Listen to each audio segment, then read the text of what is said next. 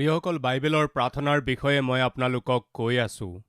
ইয়োবৰ প্ৰাৰ্থনা আমি ধ্যান কৰি আছোঁ। ইয়োবে কৈছে, মোৰ দ্বাৰাই কিমান যে অধাৰ্মিক কাম আৰু পাপ কৰা হ'ল। হয়, হয়তো মোৰ জীৱনত এনেকুৱা কিছুমান পাপ আছে যিটো মই স্বীকাৰ কৰা নাই, যিবোৰ ভুল মই ত্যাগ কৰা নাই। হয়তো আছে। প্ৰভু, মোৰ অপৰাধ আৰু পাপবোৰ মোক কওক। এয়া এক চৰিত্ৰ। দ্বিতীয়টো চৰিত্ৰ, আপুনি জানে, ভুল কৰিলে, পাপৰ বীজ ৰোপণ কৰিলে, সেই বীজ গজি বাঢ়িল, বাতৰি আহিল, মই তোমাৰ দ্বাৰা গৰ্ভৱতী হ'লোঁ। তেতিয়াৰ পৰা সেই ব্যক্তিজনে কেনেকৈ তেওঁক দোষাৰোপ কৰা হৈছে তাৰ পৰা বাচিব লাগে, নাইবা তাক কেনেকৈ লুকুৱাব লাগে, পাপক লুকুৱাবলৈ চেষ্টা কৰিলে, কিন্তু সেই পাপৰ কাৰণে অনুতাপ কৰিবলৈ চেষ্টা নকৰিলে। আজি আমাৰ মাজত কোনোবা আছে নেকি পাপ কৰাৰ পাছত সেই পাপটো লুকুৱাবলৈ চেষ্টা কৰা? সাৱধান, কৰা পাপটো লুকুৱাবলৈ চেষ্টা কৰিলে তাৰ পৰা একো মংগল নহ'ব। কৰা পাপটো স্বীকাৰ কৰিলে ভাল হ'ব। প্ৰিয়সকল, এটা চুবুৰীত চোৰ এটা সোমাল। তাতে তেওঁলোকে এজন ধনী মানুহৰ ঘৰ এটা দেখা পালে। চোৰে পিছফালেৰে ঘৰত সোমাল। স্বামী স্ত্ৰী সকলো শুই আছিল। লাহেকৈ গৈ আলমাৰিটো খুলিলে। সেই শব্দ শুনি স্বামী স্ত্ৰীয়ে সাৰ পালে। চোৰে ক'লে, লৰচৰ কৰিলেই মাৰি পেলাম। সেই সময়তেই সেই চুবুৰীটোত পুলিচৰ মানুহ। সেই ঘৰৰ দুৱাৰ খোলা আছিল কাৰণে, কি হৈছে ইয়াত দৰজা খোলা আছে, কিবা শব্দ আহিছে বুলি ভাবি ভিতৰলৈ সোমাই গৈ তেওঁলোকে ক'লে, কোন আছে ইয়াত? এই বুলি মাত দিলে। সেই ঘৰৰ মালিকজনে আহি সুধিলে, কি হ'ল কওক? ভিতৰৰ পৰা কিছুমান শব্দ আহি আছে আৰু কথা পতা শুনি আছোঁ, কি হৈছে ভিতৰত? এই বুলি কওঁতে, নাই, একো হোৱা নাই, ইয়াততো একো হোৱা নাই। আমিতো বাহিৰৰ পৰা শব্দ শুনিলোঁ, কিছুমানৰ মাত শুনিলোঁ। কি হ'ল কওকচোন? নাই মহাশয়, একো হোৱা নাই। শব্দটো তেনেকুৱা একো হোৱা নাই। একো নাই মহাশয়, এইফালে দুজন চোৰ আহিছে, তেওঁলোকক ধৰিবলৈ আমি আহিছোঁ। আপোনালোকে দেখা পালে ক'ব। ঠিক আছে, আমি নিশ্চয় ক'ম, আমি দেখা পালে ফোন কৰি কৈ দিম। তেন্তে ঠিক আছে, সাৱধান থাকক। ঠিক আছে, সাৱধান থাকিম। পুলিচৰ মানুহ গুচি গ'ল আৰু দুৱাৰ বন্ধ কৰি দিলে। এতিয়া ইয়াক কি বুলি ক'ব কওকচোন? কি বুলি ক'ব কওকচোন? পুলিচৰ মানুহ আহোঁতে কি কৰিব লাগিছিল? লগে লগে ধৰাই দিব লাগিছিল। আপোনালোক সময়ত আহিছে। ঘৰৰ ভিতৰত বিপদ আছিল। যিকেইজন চোৰ তাত সোমাইছিল তেওঁলোকে লুট কৰিবলৈ গৈছিল। চোৰ যেতিয়া ঘৰৰ ভিতৰলৈ সোমাই আহি গ'ল আৰু সেই একে সময়তেই চোৰক ধৰি শাস্তি দিয়া পুলিচো আহি গ'ল, তেতিয়া তেওঁলোকে কি কৰিব লগা আছিল? ঘৰৰ ভিতৰত লুকাই থকা চোৰকেইটাক তেওঁলোকে ধৰাই দিব লাগিছিল। এইদৰে তেওঁলোকে ধৰাই নিদি পুলিচৰ মানুহ আহিছে এই বুলি কৈ সেই চোৰকেইটাক লৈ গৈ ইয়াত লুকাই থাকা বুলি ক'লে। তোমালোক ইয়াত লুকাই থাকা, মই মেনেজ কৰি ল'ম বুলি ক'লে। তেওঁলোকক কোঠাত বন্ধ কৰি বাহিৰলৈ আহি একো হোৱা নাই বুলি ক'লে। তেওঁক পাগল বুলি ক'বনে নাই? আপুনিয়ে কওক। আমাৰ মাজৰ কিছুমানে ইয়াকে কৰি আছে, যিয়ে আমাক হানি কৰি থাকে, আমাৰ শৰীৰলৈ বেমাৰ লৈ আহে, যিয়ে আমাৰ আত্মিকতা নষ্ট কৰে, আমাৰ পৰিশ্ৰমৰ প্ৰতিফল যিয়ে আমাক পাবলৈ নিদিয়ে, যিয়ে আমাক সফল হ'বলৈ নিদিয়ে, যিয়ে উন্নতি কৰিবলৈ নিদিয়ে, আৰু যিয়ে আনন্দ আৰু আশীৰ্বাদবোৰ অনুভৱ কৰিবলৈ নিদিয়ে, তেনেকুৱা পাপে আমাৰ জীৱনত যেতিয়া খোজ পেলায়, আমাৰ পৰিয়ালত যেতিয়া খোজ পেলায় আৰু আমাৰ সন্তানৰ জীৱনত যেতিয়া খোজ পেলায়, তেতিয়া আমি কি কৰিব লাগে? তাক আমি লুকুৱাব লাগে নে প্ৰভুৰ হাতত সোধাই দিব লাগে? কওকচোন প্ৰিয়সকল। দাউদে ইয়াকে কৰিলে, লুকুৱাই ৰাখিলে। 1 মাহ নহয়, 2 মাহ নহয়, 3 মাহ নহয়, 4 মাহ নহয়, 5 মাহ নহয়, 6 মাহ নহয়, 7 মাহ, 8 মাহ, সম্পূৰ্ণ 9 মাহ লুকুৱাই ৰাখিলে। প্ৰিয়সকল, অনুতাপ নকৰেই তেওঁ। পাপ কৰিও তেওঁ অনুতাপ নকৰে। প্ৰিয়সকল, পাপ নকৰাকৈয়ে প্ৰশ্ন কৰি আছে। ইয়োবে পাপ কৰা নাছিল আৰু তেওঁ ঈশ্বৰক কৈছে, কি প্ৰভু, মোৰ অধাৰ্মিকতা আৰু মোৰ পাপ কিমান যে আছে। যিজনে পাপ কৰা নাছিল তেওঁ এই বুলি সুধি আছে, কিন্তু যিজনে পাপ কৰিছিল তেওঁতো অনুতাপ কৰা নাই। আজি আমাৰ মাজত কোনোবা আছে নেকি? আপুনি ভুল কৰি আছে, জানি বুজি পাপ কৰি আছে। আপোনাৰ পাপক আপুনি জানে, আপুনি যি ভুল কৰি আছে তাক জানে। তথাপিও আপুনি অনুতাপ নকৰাকৈ নিৰ্ভয়ে পাপ কৰি গৈ আছে, একেৰাহে কৰি গৈ আছে। কেইবাবাৰো প্ৰভুৱে আহি আপোনাৰ জীৱনত সোমাই থকা, আপোনাৰ পৰিয়ালত সোমাই থকা, আপোনাৰ চৰিত্ৰত সোমাই থকা, আপোনাক নাশ কৰিবলৈ আপোনাত সোমাই থকা পাপময় চোৰবোৰক ধৰিব লাগে, সেই চোৰৰ হাতৰ পৰা আপোনাক মুক্ত কৰিব লাগে। বহুবাৰ ঈশ্বৰে চেষ্টা কৰিলে, কিন্তু আপুনি কি কৰিলে? সদায় লুকুৱাই ৰাখিলে। তাক স্বীকাৰ কৰি এৰি দিয়াৰ পৰিৱৰ্তে লুকুৱাই থ'বলৈহে চেষ্টা কৰিলে। ফলস্বৰূপে আজি আপোনাৰ জীৱনত শেষ নোহোৱা কষ্ট, ভয়ানক সমস্যা আহি পৰিছে। এয়া সঁচা হয়নে নহয় এবাৰ ভাবি চাওকচোন। দাউদে অনুতাপ নকৰিলে, পাপ কৰিও তেওঁ কোনোপধ্যে অনুতাপ নকৰে। ইয়ুবে কিন্তু পাপ কৰা নাছিল, কিন্তু প্ৰশ্ন কৰি আছে। প্ৰিয়সকল, কি কাৰণে ইয়ুব সিদ্ধ ব্যক্তি আছিল, সৰল ব্যক্তি আছিল, জিহুৱালৈ ভয় ৰাখোতা, মন্দতাক ঘিণ কৰোতা লোক আছিল। তেওঁৰ নিচিনা এই পৃথিৱীত দ্বিতীয় কোনো নাছিল। এই সাক্ষ্য কিয় পালে? পাপ কৰা নাছিল, তথাপিও তেওঁ সুধিছে, পিতৃ, মোত কিবা পাপ আছে নেকি?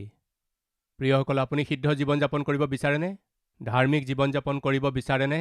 তেন্তে সময়ে সময়ে আমি এই প্ৰাৰ্থনা কৰিব লাগে। দ্বিতীয়তে, পাপ কৰিও অনুতাপ কৰা নাই। আছে নেকি কোনোবা এনেকুৱা লোক? পাপ কৰিও অকণো ভয় নকৰাকৈ পাপ কৰি কৰি অনুতাপ নকৰাকৈ থকা লোক কোনোবা আছে নেকি? তেন্তে সাৱধান। আপুনি নিৰ্ভয়ে পাপ কৰি থাকি আৰু সেই পাপৰ বিষয়ে অনুতাপ যদি আপুনি নকৰে, তেন্তে কি হ'ব? দাউদে 9 মাহলৈকে নিজৰ পাপৰ বিষয়ে অনুতাপ নকৰিলে। প্ৰথমে তেওঁ ব্যভিচাৰ কৰিলে, দ্বিতীয়তে নিজৰ চুবুৰীয়াৰ পত্নীৰ সৈতে বেয়া কাম কৰিলে, তৃতীয়তে নিজৰ চুবুৰীয়াৰ প্ৰতি বিশ্বাসঘাতকতা কৰিলে, চতুৰ্থতে নিজৰ চুবুৰীয়াৰ পৰিয়ালটোক ধ্বংস কৰিলে, পঞ্চম নিজৰ চুবুৰীয়াৰ হত্যা কৰোৱালে, ষষ্ঠ সেই ব্যক্তিজনৰ প্ৰাণ ল'বৰ কাৰণে নিজৰ বিশ্বাসযোগ্য সৈনিকসকলকো মৰাই পেলালে, সপ্তম এই সকলোবোৰ কৰিও একো নজনাৰ নিচিনাকৈ নাটক কৰিলে, অষ্টম আৰু ইমানেই নহয়, সেই বৎসেবাক নিজৰ পত্নী কৰি ল'লে, নৱম তেওঁ কৰা এই পাপৰ কাৰণে অনুতাপ কোনোপধ্যে নকৰিলে। এয়া কি প্ৰিয়সকল? কেতিয়ালৈকে জানেনে? 9 মাহলৈকে। ঈশ্বৰৰ কিমান যে খং উঠিছিল চাগৈ। তুমি এটা সময়ত মেৰখীয়া আছিলা, তোমালৈ কৃপা কৰি তোমাক ৰজা পাতি ইমান মহান আশীৰ্বাদ দিয়াৰ পাছতো তুমি তুচ্ছ আৰু নীচ কাম নিৰ্ভয়ে কৰি যেন একোৱেই নাজানা, একো গম নোপোৱা, এইদৰে কেনেকৈ জীয়াই আছা দাউদ তুমি? যোৱা 9টা মাহ মই চাই আছো, তুমি মোলৈ মন পালটোৱা নাই। আচলতে মই যে আছো সেই ভয় নোহোৱাকৈ চলি আছা। প্ৰিয়সকল, আজি আমাৰ মাজৰ বহুতেই ভয় নকৰাকৈ পাপ কৰি আছে। ঈশ্বৰে যে চাই আছে, ভয় নাই। দণ্ড যে দিব, ভয় নাই।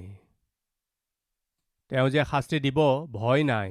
ভয় নকৰাকৈ পাপ কৰি কৰি, ভুলবোৰ কৰি কৰি কৰা পাপটো যাতে কোনেও গম পাব নোৱাৰে, কিমান চতুৰালিৰে তাক লুকুৱাবলৈ চেষ্টা কৰি আছে। প্ৰিয়সকল, ঈশ্বৰে তাক দেখি সহ্য কৰিব নোৱাৰিলে। তেওঁ নাথন ভাওবাদীক পঠালে। নাথান ভাওবাদী আহিল, তেওঁ দাউদৰ পাপ প্ৰকাশ কৰিলে। দাউদৰ পাপ নাথন ভাওবাদীয়ে প্ৰকাশ কৰাৰ পাছত তেতিয়া তেওঁৰ চকু মুকলি হ'ল আৰু ক'লে, মই পাপ কৰিলোঁ, স্বীকাৰ কৰিলে। অনুগ্ৰহ কৰি মন কৰিব, ঈশ্বৰে দাউদৰ ওচৰলৈ নাথন ভাওবাদীক পঠিয়াই তেওঁৰ পাপবোৰ প্ৰকাশ নকৰালৈকে তাক তেওঁ স্বীকাৰ নকৰিলে। পাপবোৰ প্ৰকাশ কৰাৰ পাছত স্বীকাৰ নকৰি এতিয়া কি কৰিব কওকচোন? প্ৰিয়সকল, মন দি শুনিব। 9 মাহলৈকে ঈশ্বৰে অপেক্ষা কৰি ভাগৰি পৰি নাথন ভাওবাদীক পঠিয়াই ক'লে, গৈ তেওঁক কৈ দিয়া, তেওঁৰ পাপৰ বিষয়ে তেওঁক কোৱা। চকু মুদি তেওঁ চলি আছে, সকলোৰে চকুত ধূলি মাৰিবলৈ চেষ্টা কৰিছে। গৈ তেওঁক কোৱা, তেওঁ যি পাপ কৰিলে মই তাক দেখিলোঁ। দায়ুদৰ পাপ প্ৰকাশ কৰাৰ পাছত তেতিয়া দায়ুদে কৈছে, মই পাপ কৰিলোঁ। অনুগ্ৰহ কৰি শুনক, ইয়াৰ আগতেই দায়ুদে বিচাৰ নিষ্পত্তি কৰিছিল। কি আছিল সেই বিচাৰ? যিজনে এইদৰে কৰিলে তেওঁ 4টা ভেড়া দিবই লাগিব। ৰজা হিচাপে বিচাৰ শুনাই দিলে। সেই বিচাৰ ঈশ্বৰে নিষ্পত্তি কৰিব লগা হ'ল, নিষ্পত্তি কৰি দিলে। দায়ুদে নিজৰ 4টা পুত্ৰ সন্তান হেৰুৱাব লগা হ'ল। মোৰ প্ৰশ্ন, পাপ কৰিও আপুনি অনুতাপ নকৰে নেকি? পাপ কৰিও ঈশ্বৰৰ উপস্থিতিলৈ আহি চকুলোৰে সৈতে তাক স্বীকাৰ নকৰেনে? প্ৰিয়সকল, দায়ুদে জনা নাছিল পাপ কৰি অনুতাপ নকৰিলে কিমান যে হানি হ'ব পাৰে। সেইদিনা দায়ুদে জনা নাছিল পাপ কৰাৰ পাছত দায়ুদে নিজেই ঈশ্বৰৰ ওচৰলৈ আহি পাপ স্বীকাৰ কৰিব লাগিছিল। কিন্তু দায়ুদে পাপ স্বীকাৰ নকৰাৰ কাৰণে কিমান যে ভয়ানক দণ্ড তেওঁ ভুগিব লগা হ'ল। তেওঁৰ মৃত্যুলৈকে সেই দণ্ড ভোগ কৰি কৰি কৰি কৰি গৈ থাকিল। পাপ কৰিও পাপ স্বীকাৰ কৰা নাই। এনেকুৱা লোক আমাৰ মাজত কোনোবা আছে নেকি? প্ৰিয়সকল, যিজনে পাপ কৰা নাছিল তেওঁ প্ৰশ্ন কৰিছে, তেওঁ সুধিছে, তেওঁ প্ৰাৰ্থনা কৰিছে, নিবেদন কৰিছে।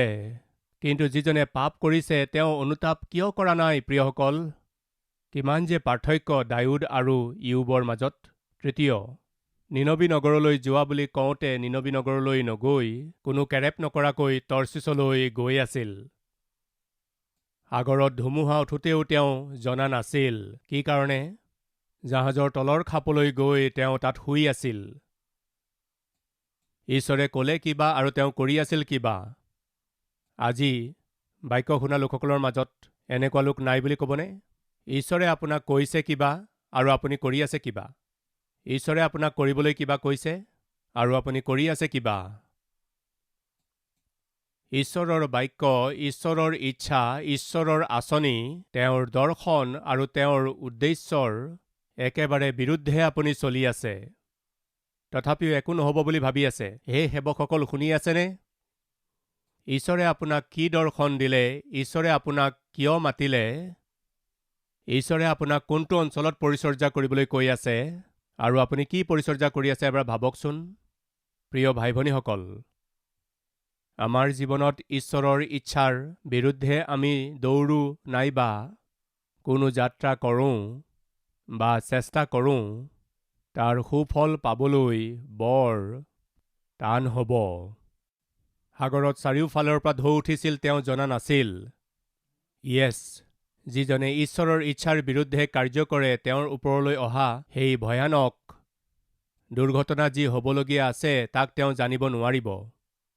আজি আমাৰ মাজত কোনোবা আছে নেকি ঈশ্বৰৰ বিৰুদ্ধে কাম কৰি থকা লোক? তেন্তে শুনক, কেনেকুৱা দুৰ্ঘটনা আপোনাৰ ওপৰলৈ আহিবলগীয়া আছে, কেনেকুৱা বিপদ আপোনাৰ ওপৰলৈ আহিবলগীয়া আছে, কেনেকুৱা সংকট আপোনাৰ ওপৰলৈ, আপোনাৰ পৰিয়ালৰ ওপৰলৈ, আপোনাৰ ওচৰে পাজৰে থকা লোকৰ ওপৰলৈ আহিবলগীয়া আছে, তাক কোনোপধ্যে নাজানিব। জোনা ভাওবাদীয়েও গম পোৱা নাই। প্ৰিয়সকল, চাৰিওফালৰ পৰা সাগৰত ঢৌ উঠিছে, সেয়া তেওঁৰ প্ৰাণৰ কাৰণে বিপদজনক। তালৈ অকণো ধ্যান নাই। তাৰোপৰি তেওঁ শুই গ'ল। অৱশেষত সেই জাহাজত থকা লোকসকলে নিজৰ নিজৰ দেৱতাবিলাকৰ আগত যেতিয়া প্ৰাৰ্থনা কৰি আছিল, তেতিয়া এইজন যি ভাওবাদী আছিল, যিয়ে প্ৰাৰ্থনা কৰিব লগা আছিল, যিয়ে প্ৰভুৰ আগত নিবেদন কৰিব লগা আছিল, সেই জোনাই আৰামত শুই থাকোঁতে তেওঁলোকে আহি তেওঁক সুধিলে। পঢ়ি দিওঁ আহক, জোনাৰ পুস্তক 1ম অধ্যায় 5 পদৰ পৰা। তেতিয়া নাবিকবিলাকে ভয় পাই নিজ নিজ দেৱতাৰ আগত চিঞৰি প্ৰাৰ্থনা কৰিলে আৰু তেওঁলোকৰ নিমিত্তে জাহাজখন পাতল কৰিবলৈ জাহাজত থকা মালবোৰ সাগৰত পেলাই দিলে। কিন্তু জোনাই জাহাজৰ ভিতৰলৈ নামি গৈ শুই ঘোৰ টোপনি গৈছিল। তেতিয়া জাহাজৰ অধ্যক্ষই তেওঁৰ ওচৰলৈ আহি ক'লে, হে টোপনিওৱাজন, কি কৈছে? তুমি কি কৰিছা? হে টোপনিওৱাজন, তুমি কি কৰিছা? হে টোপনিওৱাজন। ইমান ডাঙৰকৈ কৈছিল নে ইয়াতকৈও ডাঙৰকৈ কৈছিল নাজানো। তুমি কি কৰিছা? উঠি নিজৰ ঈশ্বৰৰ আগত প্ৰাৰ্থনা কৰা। কোনে কাক কৈছে প্ৰিয়সকল? এজন পৰজাতিৰ লোকে এজন আত্মিক ব্যক্তিক আত্মিক পাঠ শিকাইছে। তুমি বিপদত আছা, এই বিপদৰ পৰা বাহিৰলৈ ওলাবলৈ হ'লে ঈশ্বৰৰ আগত প্ৰাৰ্থনা নকৰাকৈ তুমি বাহিৰ ওলাব নোৱাৰিবা। প্ৰিয় ভাই ভনী, আপুনি সংকটত পৰিছে। আপোনাৰ পৰিয়াল সংকটত পৰিছে। আপোনাৰ চাকৰি সংকটত আছে। আপোনাৰ জীৱনো সংকটত আছে। হয়তো আপোনাৰ সন্তানো সংকটত আছে। এই সংকটৰ পৰা ওলাবলৈ হ'লে আপোনাক আৰু আপোনাৰ পৰিয়ালৰ লোকসকলক ৰক্ষা কৰিবলৈ হ'লে কেৱল এটাই পথ। কওকচোন কি? প্ৰাৰ্থনা কৰিব লাগে। এজন অন্য ব্যক্তিয়ে আত্মিক ব্যক্তিক কৈছে, কি হে, তুমি কেনেকুৱা ব্যক্তি? ইমান ডাঙৰ বিপদ আৰু তুমি শুই আছা? উঠি তুমি নিজৰ ঈশ্বৰৰ আগত প্ৰাৰ্থনা কৰা। হয়তো সেই জাহাজৰ অধ্যক্ষজনে আজি আপোনাকো ইয়াকে কৈ আছে, তুমি জানা নহয় কিমান বিপদত পৰিছা? তুমি জানা নহয় কি বেমাৰত ব্যাকুল হৈ পৰিছা? তুমি জানা নহয় তোমাৰ আৰ্থিক সমস্যা কি হয়? তুমি জানা নহয় কিমান দুখ আৰু সমস্যাৰ মাজেৰে গৈ আছা? তুমি জানিছা নহয় তুমি নিজৰ পত্নী আৰু সন্তানৰ লালন পালন কৰিব পৰা নাই? তুমি জানা নহয় তোমাৰ কাৰণেই তোমাৰ ঘৰ দুখত পৰিছে, তোমাৰ স্বামী বিপদত পৰিছে? এই সকলো জানিও কেনেকৈ মনে মনে থাকিবা?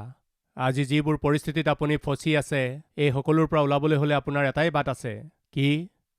প্ৰাৰ্থনা কৰক। কেতিয়ালৈকে শুই থাকিব? কেতিয়ালৈকে টোপনিয়াই থাকিব? কেতিয়ালৈকে টোপনিয়াই থাকিব? গেৰেলাৰ নিচিনাকৈ খাই খাই এলেহুৱা হৈ থাকিব? বিপদৰ কথা বুজি নোপোৱা অৱস্থাত থাকিব? উঠি আপোনাৰ ঈশ্বৰৰ আগত প্ৰাৰ্থনা কৰক। এইদৰে অন্য এজন ব্যক্তিয়ে সকিয়নি দিওঁতেও প্ৰাৰ্থনা কৰা নাই প্ৰিয়সকল। কিন্তু ইয়োবে পাপ কৰা নাছিল, তথাপিও প্ৰশ্ন কৰিছে। তেওঁ প্ৰাৰ্থনা কৰিছে আৰু ক্ৰন্দন কৰি আছে। তেওঁ নিবেদন কৰি আছে কি বুলি? পিতৃ, মোৰ অপৰাধবোৰ কওক। কিন্তু দাউদে পাপ কৰিলে, ব্যভিচাৰ কৰিলে আৰু হত্যাও কৰিলে। কিন্তু তেওঁ অনুতাপ কৰা নাই। আৰু জোনাই সাগৰত ঢৌ উঠাৰ পাছতো তেওঁ পলাই আছে প্ৰিয়সকল। তেওঁ মনোযোগ দিয়া নাই। তেওঁ প্ৰাৰ্থনা কৰা নাই। কোনে? এজন ভাওবাদীয়ে। এতিয়া একো লাভ নাই। জাহাজৰ মানুহবোৰে ক'লে, কোনো শাপগ্ৰস্ত লোকে আমাৰ সৈতে যাত্ৰা কৰি আছে। চিঠি খেলিম। তোমাৰ নাম কি? তোমাৰ নাম কি? যেতিয়া সকলোৰে নাম সুধি আছিল, জোনাইও বৰ আৰামেৰে নিজৰ নাম দি দিলে প্ৰিয়সকল। কাৰণ তেওঁ ভাবিছিল, মই ধৰা নপৰিম। আজি আমাৰ মাজৰ কিছুমানে ভাবি আছে, মই ধৰা নপৰিম। মই ঈশ্বৰৰ বিৰুদ্ধে চলি আছো, তথাপিও মই ধৰা নপৰিম। ঈশ্বৰৰ বিৰুদ্ধে মই চলি আছো, তথাপিও মই ধৰা নপৰিম। আপুনি ভাবি আছে। জোনাইও এইবুলিয়েই ভাবিলে, মই ধৰা নপৰিম। অন্ততঃ চিঠি খেলাৰ সময়তো জোনাই নাভাবিলে, এক মিনিট ৰ'ব, চিঠি নেখেলিব। কিয়? কি কাৰণে? মোৰ কথা শুনক, চিঠি খেলিবৰ প্ৰয়োজন নাই। কিয়? কি কাৰণে? সেই ব্যক্তিজন আন কোনো নহয়, ময়েই। তুমি কোন? মই জীৱিত ঈশ্বৰৰ এজন ভাৱবাদী। মই ভুল কৰিলোঁ। তুমি কি ভুল কৰিলা? নিনবী নগৰখন পাপেৰে পৰিপূৰ্ণ হৈছে। ঈশ্বৰে তেওঁলোকক দণ্ড দিবলৈ গৈ আছিল, কিন্তু তেওঁলোকক দণ্ড দিয়াৰ আগতে সকিয়নি দিবলৈ মোক পঠাইছিল।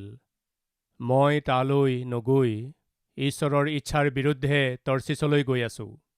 মোৰ ভুলৰ কাৰণেই মই ঈশ্বৰৰ বিৰুদ্ধে গৈ আছোঁ। সেইকাৰণে এই ধুমুহা আহিছে। মোক 1 ঘণ্টাৰ সময় দিয়ক। মই নিৰ্জন ঠাই এখনলৈ গৈ প্ৰাৰ্থনা কৰিম। প্ৰভুৰ আগত প্ৰাৰ্থনা কৰিম। পিতৃ, মোক ক্ষমা কৰক। মোক ক্ষমা কৰক। আপোনাৰ ইচ্ছাৰ বিৰুদ্ধে মই গৈ আছোঁ। আপুনি কৰিবলৈ কাম দিছে কিবা আৰু মই কৰি আছোঁ কিবা। আপুনি মোক যাবলৈ কৈছে ক'ৰবালৈ আৰু মই গৈ আছোঁ ক'ৰবালৈ। মই ভুল কৰিলোঁ, ক্ষমা কৰক। এই বুলি কম, মোৰ প্ৰভু ক্ষমা কৰোতা প্ৰভু। তেওঁ ক্ষমা কৰিব। তেওঁ মোক ক্ষমা কৰিব আৰু তোমালোকলৈ কৃপা কৰিব। আমি সুৰক্ষাৰে পাৰলৈকে গৈ পাম।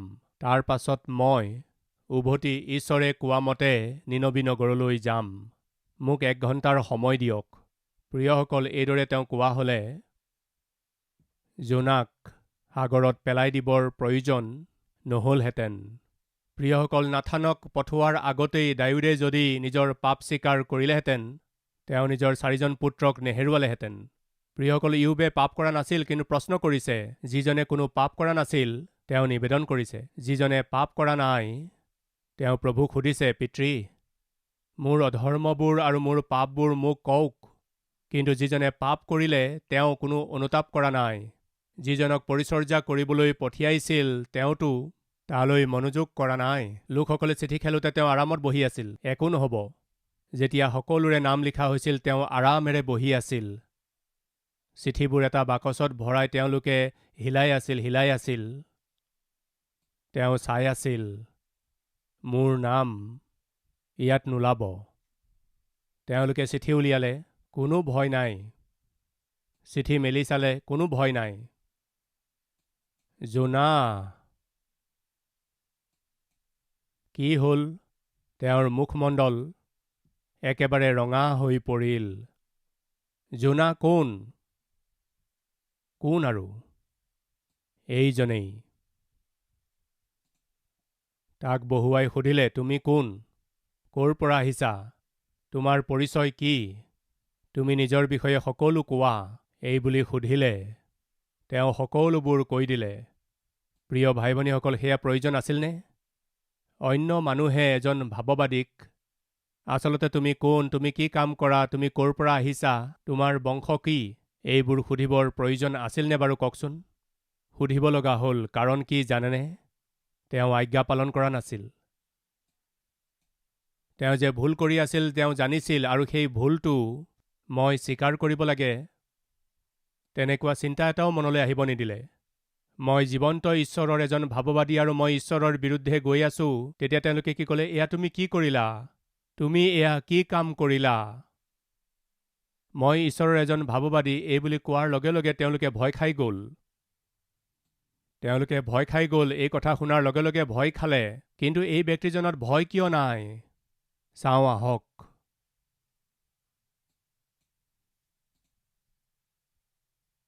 10 নম্বৰ পদ।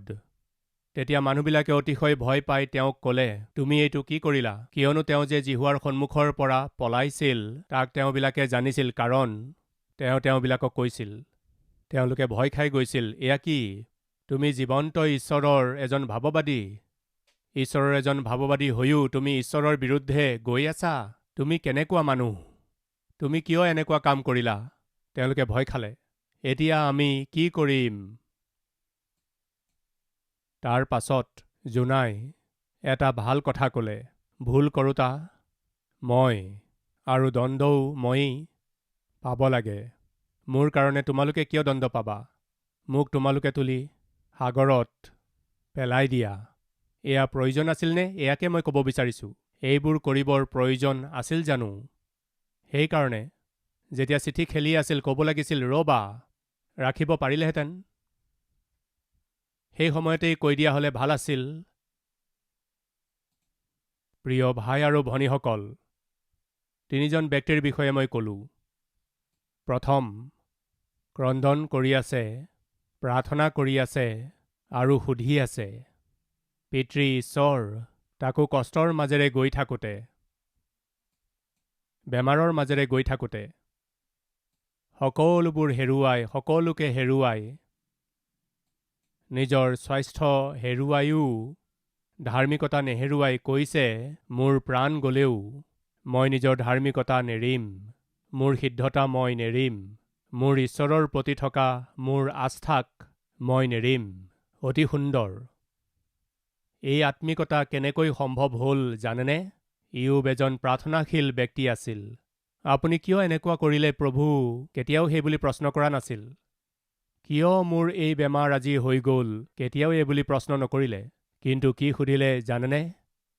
পিতৃ জিহুৱা, মোৰ দ্বাৰাই কিমান অধাৰ্মিক কাম হ'ল, মোৰ অপৰাধ আৰু পাপ মোক কৈ দিয়ক।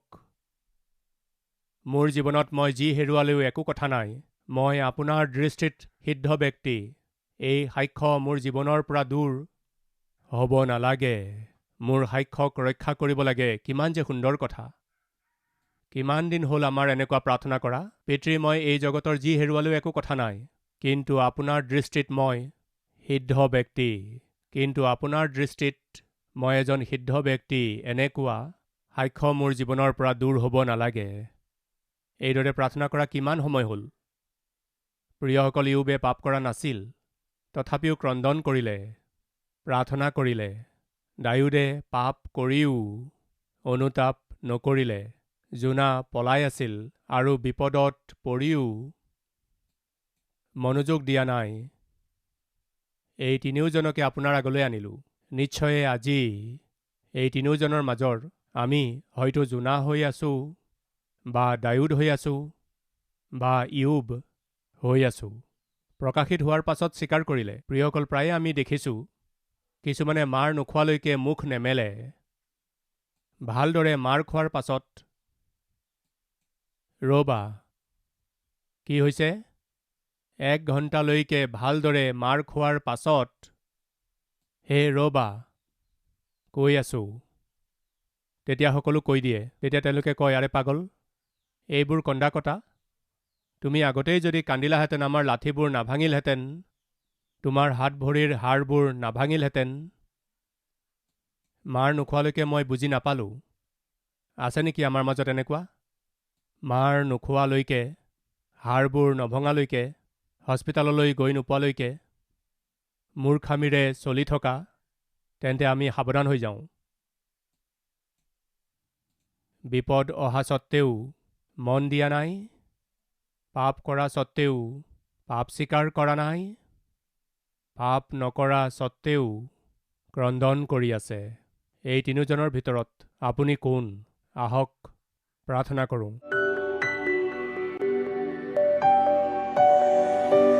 পবিত্ৰ পিতৃ ঈশ্বৰ, ইয়ুবে কোনো পাপ কৰা নাছিল, তথাপিও তেওঁৰ ওপৰলৈ বিপদ আহিল। তেওঁ ভাবিলে, ঈশ্বৰে মোক মাৰি পেলালেও মই নিজৰ সিদ্ধতাক নেৰিম। এয়া হৈছে আত্মিকতা। ফলস্বৰূপে দুগুণ আশীৰ্বাদ তেওঁ লাভ কৰিলে। পাপ কৰাৰ পাছতো অনুতাপ নকৰাকৈ, ক্ৰন্দন নকৰাকৈ, প্ৰাৰ্থনা নকৰাকৈ নিশ্চিন্তে থকা ডায়ুদে ভয়ানক দণ্ড পালে। তেওঁৰ মৃত্যুলৈকে সেই দণ্ডই তেওঁক খেদি থাকিল। চিঠি খেলাৰ পাছত তেওঁৰ নাম প্ৰকাশ নোহোৱালৈকে অকণো ভয় নকৰাকৈ বহি আছিল জোনা। ফলস্বৰূপে তেওঁ সংকটত পৰিল। সাগৰৰ পানীত তেওঁক পেলাই দিব লগা হ'ল। তাৰ প্ৰয়োজন আছিলনে? সিদ্ধতাৰে চলিবলৈকেই আপুনি আমাক মাতিলে। পবিত্ৰ জীৱন যাপন কৰিবলৈকেই আপুনি আমাক মাতিলে। আমাত মানুহে আপোনাক যাতে দেখা পায় তাৰ বাবে আমাক মাতিলে। এনেকুৱা আমন্ত্ৰণ পোৱা আমি আপোনাৰ বিৰুদ্ধে চলিলে কেনেকৈ? পাপৰ দাগেৰে সৈতে, লেতেৰাৰে সৈতে আমি নিজকে মলিন কৰিলে কেনেকৈ? পিতৃ, ধাৰ্মিকতাক পাহৰি, সিদ্ধতাক এৰি যিয়ে পাপত পৰিল, এনেকুৱা লোকক এই সময়ত পিতৃ শুধৰণি কৰি আকৌ আপোনাৰ সাক্ষ্য কৰি তোলক পিতৃ। কাৰো বিনাশ হ'ব নালাগে, কোনো আপোনাৰ পৰা দূৰ হৈ যাব নালাগে, কোনেও পাপৰ দলনিত বন্দী হ'ব নালাগে পিতৃ। প্ৰতিটো পৰিয়ালৰ পিতৃ ৰক্ষা কৰক।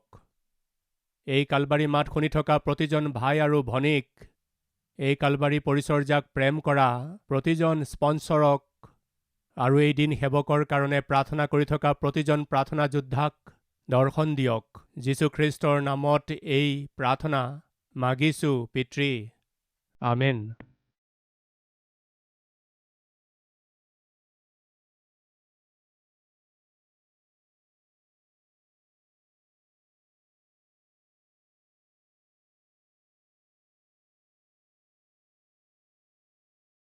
আমাৰ ঠিকনা কালবাৰী, পোষ্টবক্স নম্বৰ 30, কুকটপল্লী, হায়দৰাবাদ 72।